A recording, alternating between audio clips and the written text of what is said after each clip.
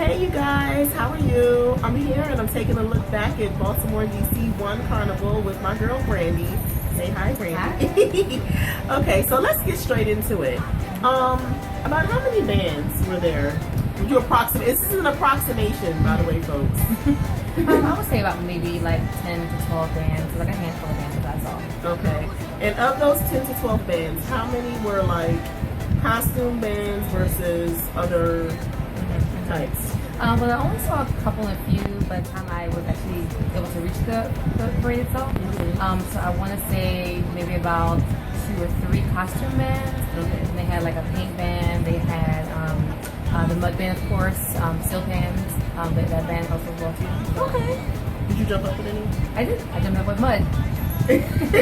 What's the name of the mud band that you jumped up with? Garage Boys. Oh, okay. Okay, cool. So you have fun? Always. Always.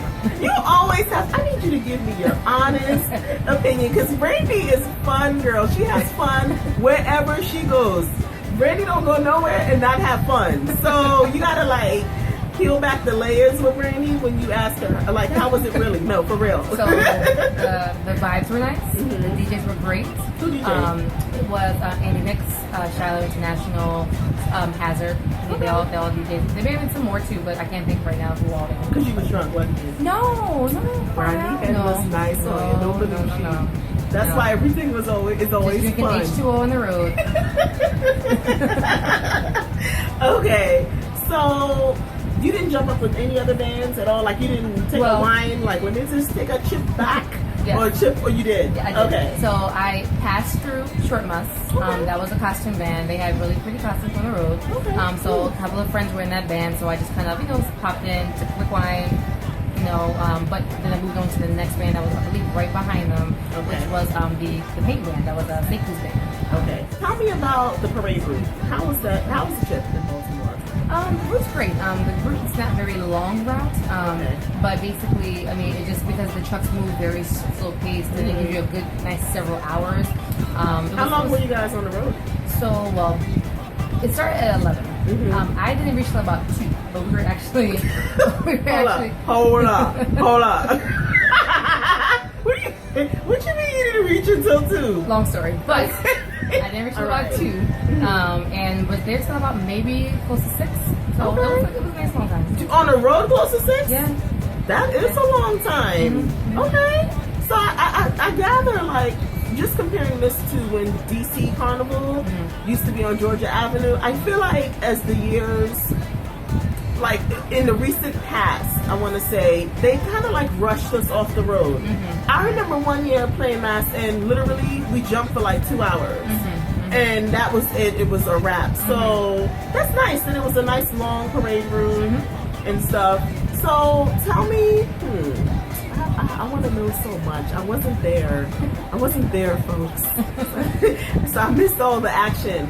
Tell me about what happened like after. Did they have like something in a park or performances?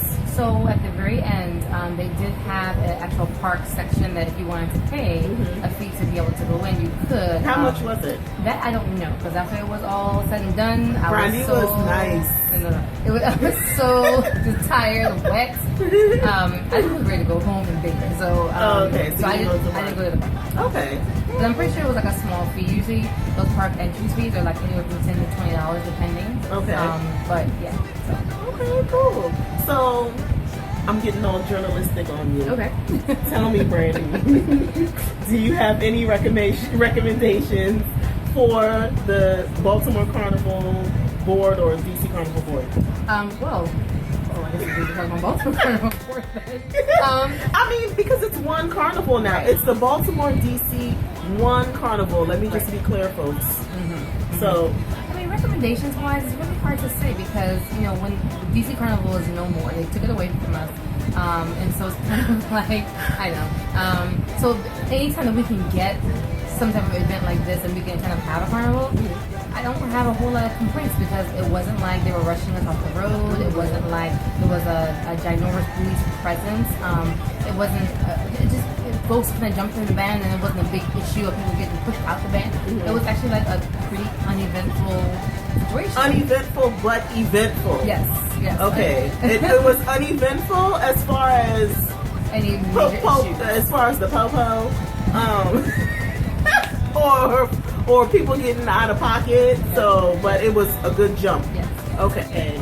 So let's talk about parts of the carnival that you want to see improved.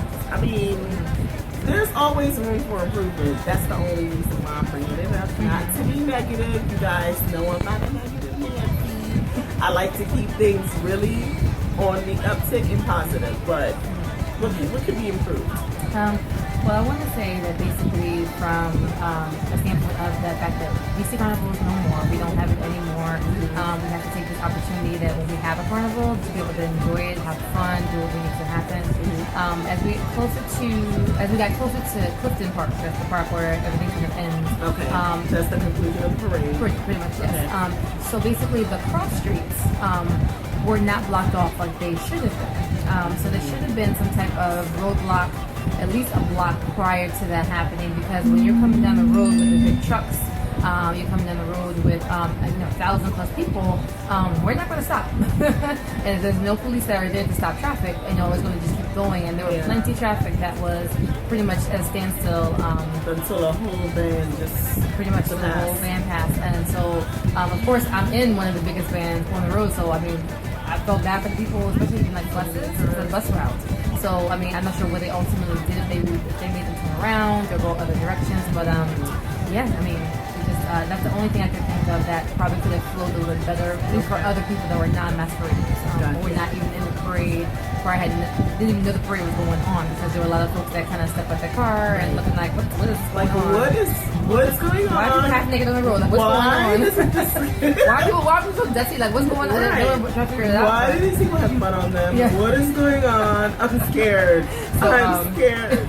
So that could be definitely something that they should probably pre-plan in advance to kind of have people detour at least a block in advance from both directions. Right. So you have a chance to bust a UE if you need to. Okay, let's do it better. Let's do that part better next year. Let's just better traffic patterns. Yes. For carnival. Okay, cool. All right. Well, thanks for chatting with me. You're welcome. I wasn't there unfortunately, but I will be there next year. Rest assured, to get it on my camera. It's parts of it on my camera. You guys, I'm not a videographer. I just vlog. So I don't think you're getting a live feed from One Carnival. That's not happening. Anyway, you guys know what to do. You can follow me on Instagram, Pinterest, Google+. See you later, guys.